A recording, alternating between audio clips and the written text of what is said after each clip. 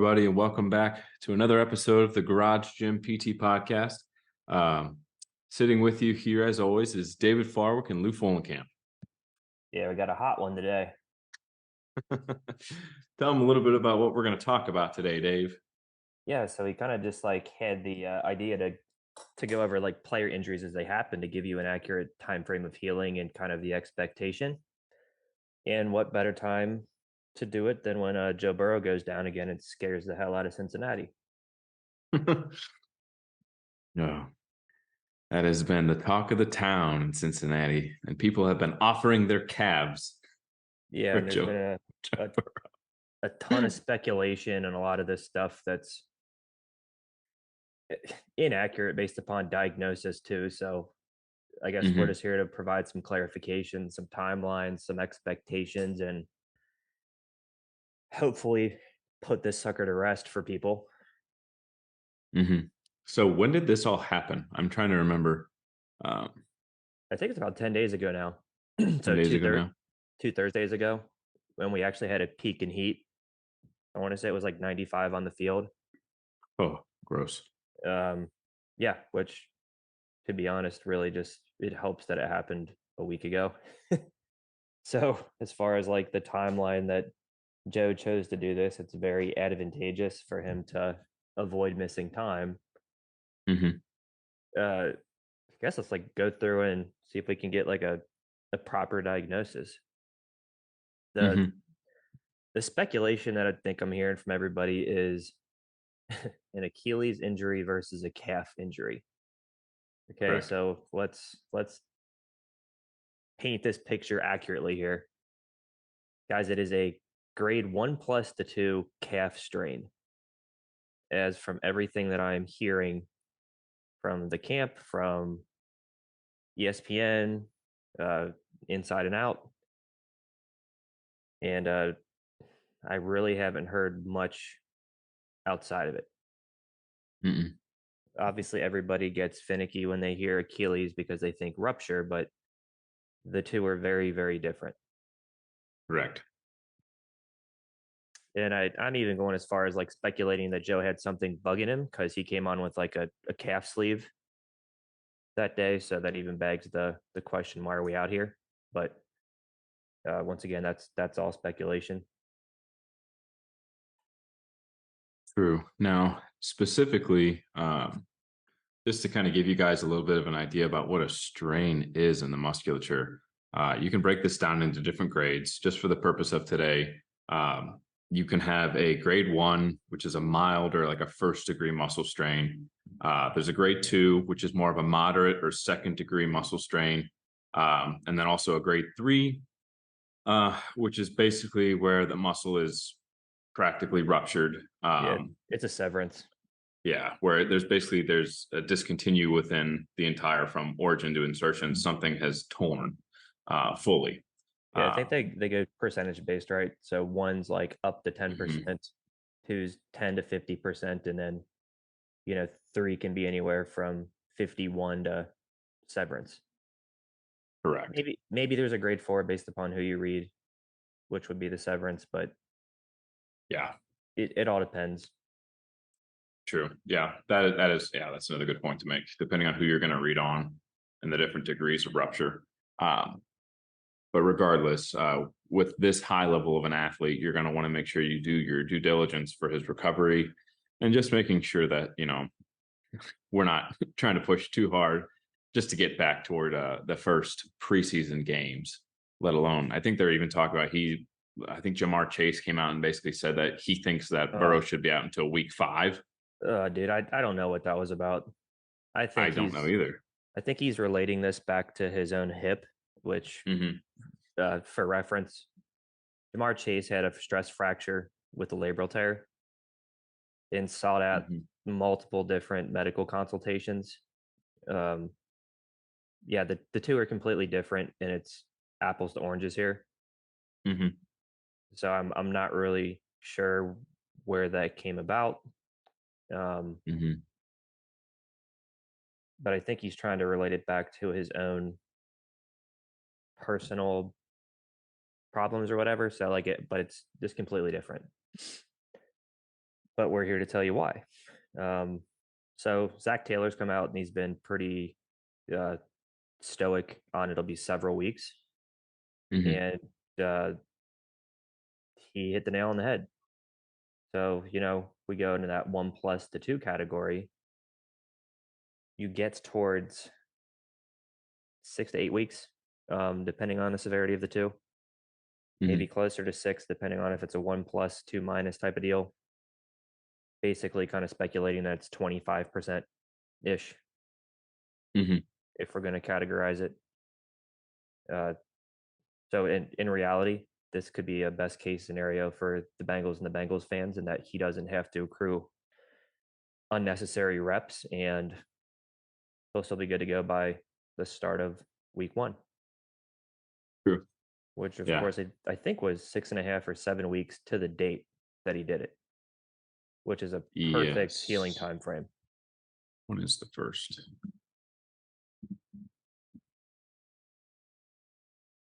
Second week of Say, September, let's say the first week. first NFL preseason. Um, NFL preseason's going on right now, I think, or starts this week. Yeah, and they have 4 weeks. Um, then maybe Hmm. an off week, or the fourth week's usually used to make cuts. Yeah, they'll narrow the rosters down, and then looks like the first kickoff of the NFL season is September 7th.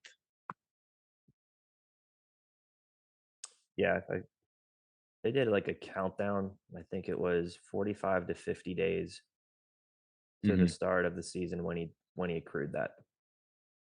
Correct. Let's see here.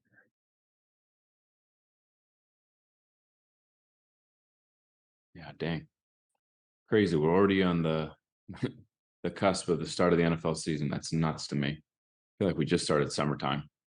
Oh, Best time of year.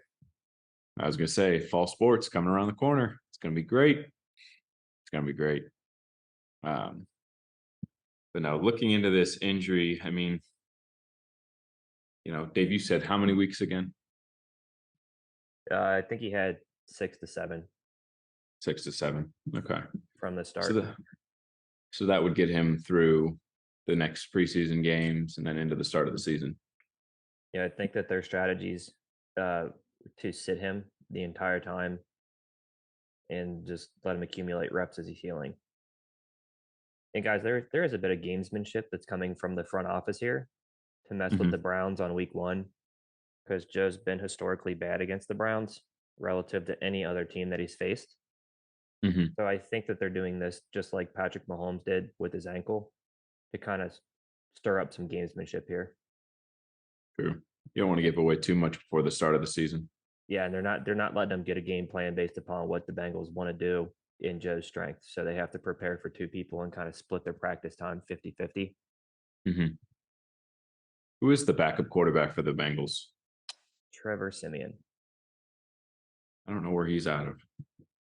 I think he floated around a couple different teams. I think he got some spot starts maybe in like New England or something.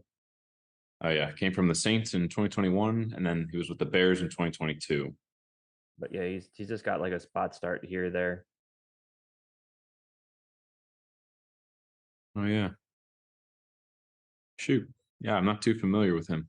Okay, this will be an interesting play of events to see how they kind of. Oh yeah, he's been in the league for quite a bit.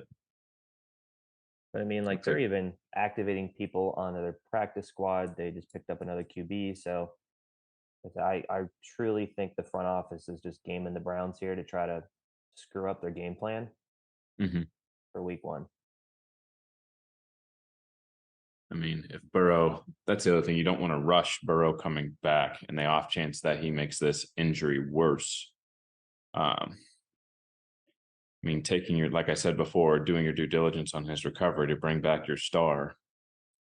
Um, we don't need another mishap for the Bengals in this season. That's for sure. No, if I could give a projection here, I think I've put it out in like text to a couple people. I'm kind of Hmm. doing that 6.5 weeks. So first 2 weeks, obviously, there's already been reports of him walking without a limp. The next Hmm. 2 weeks, I think that you're doing a ton of eccentric loading. He gets back to throwing activities. Last 2.5 weeks, you get back into plyos while continuing to do eccentric activity. And then I think he starts week one, and they probably do a bunch of heavy pass protection sets and try to really bump the run game.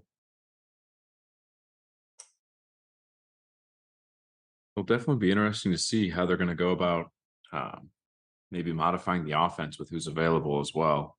Um, I'm not really too sure on Simeon's strengths as a quarterback, whether or not if he's got any kind of agile, like agility, or if he's fast, or maybe a Yeah, different offensive scheme.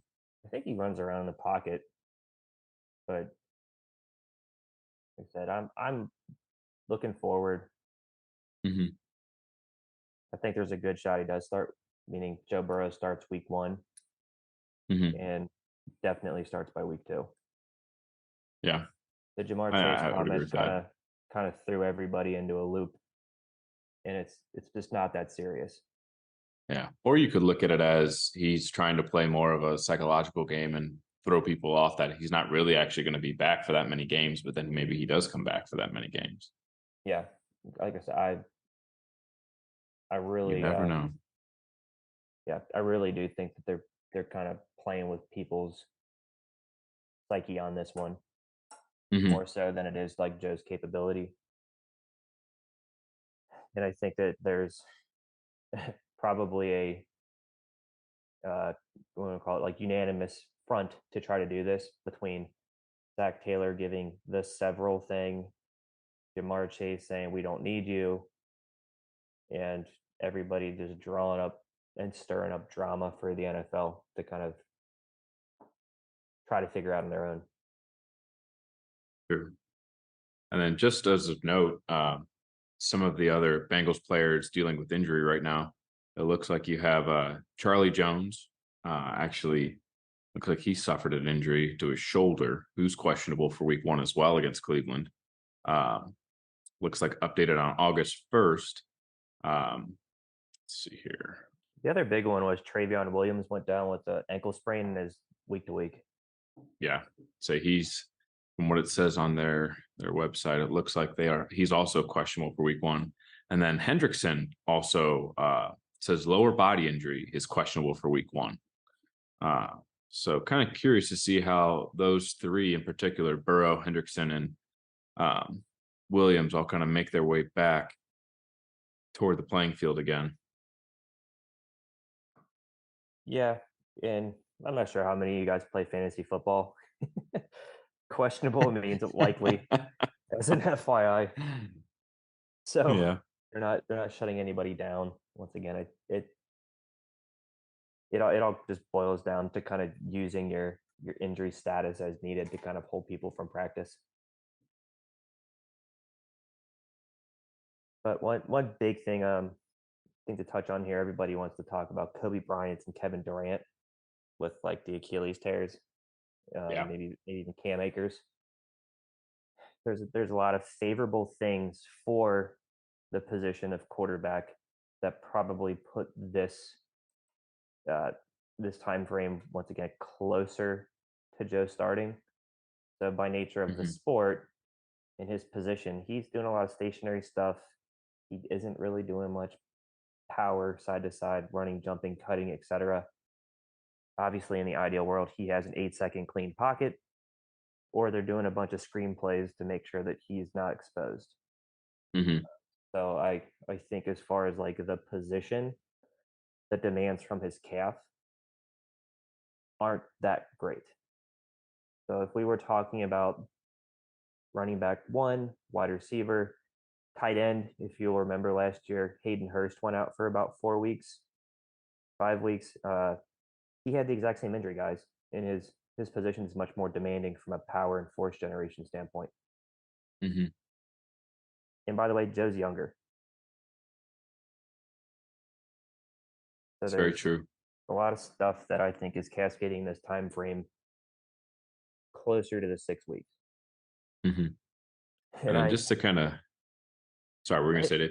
I haven't even seen the official status of a grade two. I have seen official status of a grade Yeah. one floating around.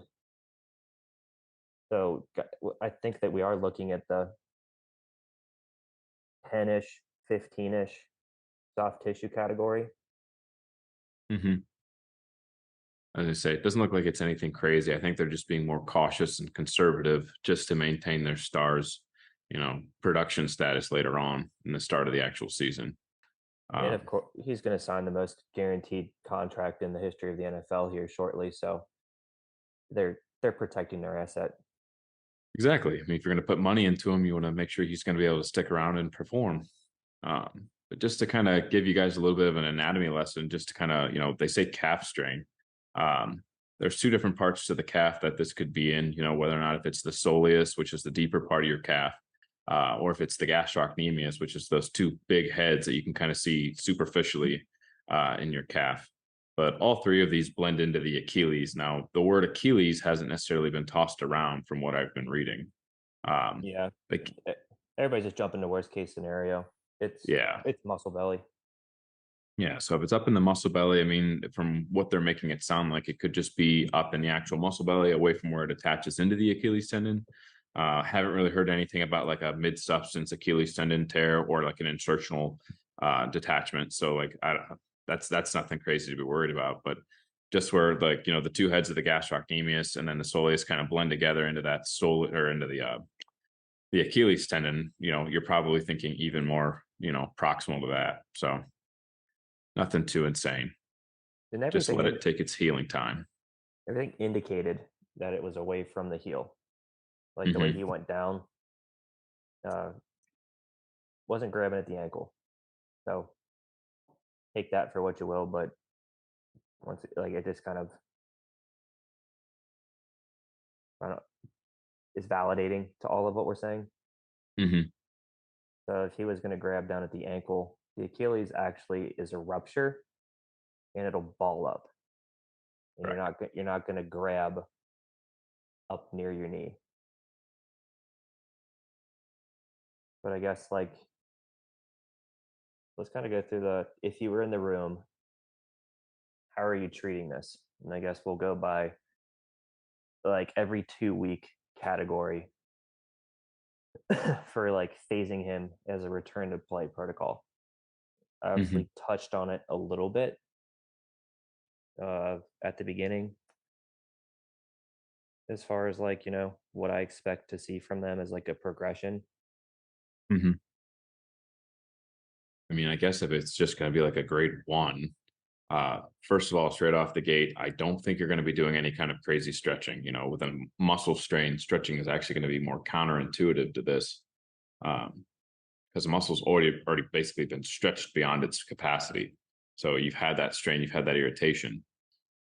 So like gentle range of motion, just kind of getting it moving again, getting blood flowing through the area. I mean, like they've already said, he's already walking around and things are moving, so that's already wonderful to heal. Um, but I'm kind of curious to see what they do over the next few weeks as to what kind of like I guess step by step progression they're going to take with him. Um, Yeah, I would throw heavy soft tissue work in here too to try to yeah. stir up inflammation. So this is probably where you're rolling in your instrument assisted soft tissue massage and almost trying to draw up that they call like petechiae response, which means basically bruising. Hmm. So I think this is where this kind of fits in, and you're going aggressively at this as you can. So every time that bruise heals, I'm going to go right back in and open it up, Hmm. and I'm probably doing low level banded eccentrics and maybe like seated calf raises to try to like remodel the tissue to put a loaded stretch, not a passive stretch. So what you were saying is definitely true. If you guys have tendonitis or if you have a muscle strain, doing a passive stretch through that muscle tissue will actually recreate the injury mechanism. So it needs to have load so the fibers have a stimulus to lay down again. Hmm.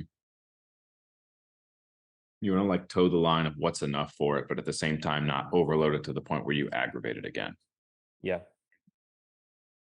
And I I think think, another thing, just to kind of piggyback off what you were saying about like the instrument assisted, depending on presentation and depending upon like what is present within the musculature. I might even go in and drop like some dry needles into the area just to kind of help get it the kind of hit that reset in the neuromuscular areas. Um, just to kind of help reset some of that and get things to kind of calm down a little faster. That way, range of motion is a little bit more tolerable. Probably not going to be doing pistoning. If anything, I'm probably going to drop spin, maybe even run some stim through it for a few minutes just to kind of, excite that area, but at the same time, stimulate the healing response a little bit further. Um, what were you going to say, Dave? Sorry, I didn't mean to cut you off. No, you're good. I'm probably letting him go on his off days and do upper body stuff to try to get that global healing response too. Mm-hmm. So I'm probably loading him. Let's get the 3.5 days a week with that 48-hour rest in between, and then letting him run his usual upper body things, throwing programs depending on the length and the intensity. And that's, Mm-hmm. I think, about as fast as you can probably do that tissue remodeling period. And then once they kind of get back into that area where like strength looks pretty good, start throwing in maybe just some light plyometrics just to kind of gradually expose the tissue again to that. I mean, the calf being what it is, it has to be able to produce force, but it also has to be able to absorb force, especially being able to be mobile in the pocket.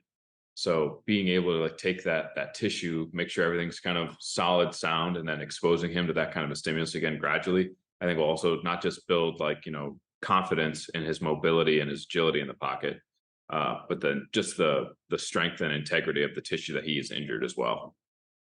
Yeah, I think I'd probably put plyometrics around week 4. Yeah, Um, definitely. the 2 to 4 in between, I'm definitely loading him with standing calf raises and like maybe one of those seated soleus machines. And we're Hmm. going to hit a lot of volume and a lot of eccentrics. Hmm. I don't really know like where the golden line is, but you do want to probably have a single leg calf raise executed at some decent amount of reps before you're going to go into plyos. Yeah.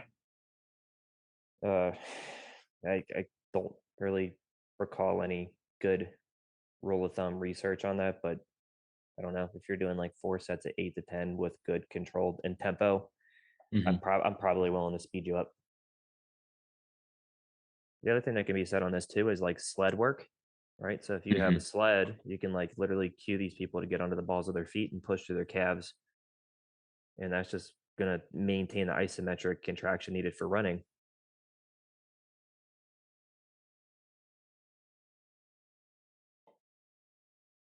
Trying to see if they put anything else out for him over the last 2 days. I checked yesterday when Jamar was kind of releasing that week 5 thing, and I was just like, this is out of pocket. And I think it was a gotcha interview on NFL Uh-huh. Network, to be honest, Hmm. where he kind of just walked off the field and, for whatever reason in his mind, he's like, I had to take 5 weeks off. And I told Joe Hmm. to do the same if, it's going to be in the benefit of the team. And he's just saying that as a friend, Hmm. but I don't think it's accurate to the situation. Yeah, they said that there was an update 4 hours ago, but it's the same. It's the same material, just with Jamar Chase's input. So Yeah. And not a even whole like lot of a. Zach Taylor's just holding the cards close to his chest and just saying the several weeks thing, Hmm. which could mean a month or could mean 7 weeks exactly. So it's, Yeah, it looks to be more along the lines of just everyone kind of piggybacking off of what Jamar Chase has now put out there into the world. yeah, that's the classic stir the pot media cycle. Exactly. Yeah. I wouldn't read too much into what Jamar Chase is saying about it, but at the same time, there's always a strategy behind what the teams are going to do with um, bringing a star back into the fold again. And guys, to Just be to honest keep, with you, from like a PT category, I would rather treat this than Patrick Mahomes' high ankle sprain. yeah. Like it's much more precise. The healing time frames are much more predictable. In the timing of this during where we're at, reaggravation is much less likely.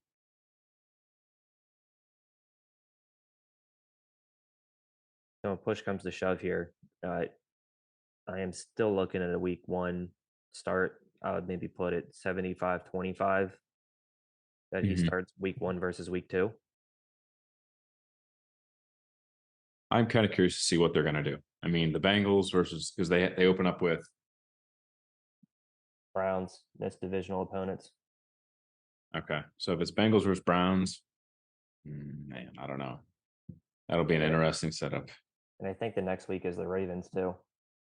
So Oh they boy, they have to go through the gauntlet like right away. I definitely don't see him participating in any preseason games. That's for sure. No. I think right around that week 4 timeline too, you're gonna see him actively passing with the first team offense though. Yeah, you might see him taking reps in practice, but I definitely don't foresee him. Packers on the 11th, no. Falcons on the 18th, no. And then the Commanders on the 26th. I don't foresee him taking any reps in those games. Maybe like before they start him with the first team, but then after that, I don't foresee him participating in those games. I see 1 drive max. One drive max. Yeah. But I think they've already confirmed that he's not gonna do preseason. Yeah, because then Bengals Browns on September 10th at 1 o'clock. I mean, that's a good amount of time to get some healing under your belt and get some confidence back into the calf before the season starts. Yeah. Let me look at this exact timeline too, just to make sure it's that 6 to 7 weeks that we were talking about. Okay, so I think he had it on, okay, that would be July 27th. Then you have the third, 1, 2, 3, 4, 5. It's like just under 7. You have 5 weeks in the end of August, and then the 7th will be the 6th week, and then you'll have until Sunday. So he, yeah, basically has 6 weeks to the T with a little bit of extra time. Mm-hmm. Just to respect that soft tissue healing rate, making sure he's 100% good to go, kind of getting everything moving in the right direction for him. Yep. And to give you clarity on that soft tissue healing rate, it's 4 to 8 weeks depending on severity, and everything is indicating that this is a less severe strain. Mm-hmm. But anything else to add on the recovery of Joe Burrow? Not really. I am a little disappointed that this happened. Mm-hmm. Like, and you really want to point the finger here at hydration or strength and conditioning.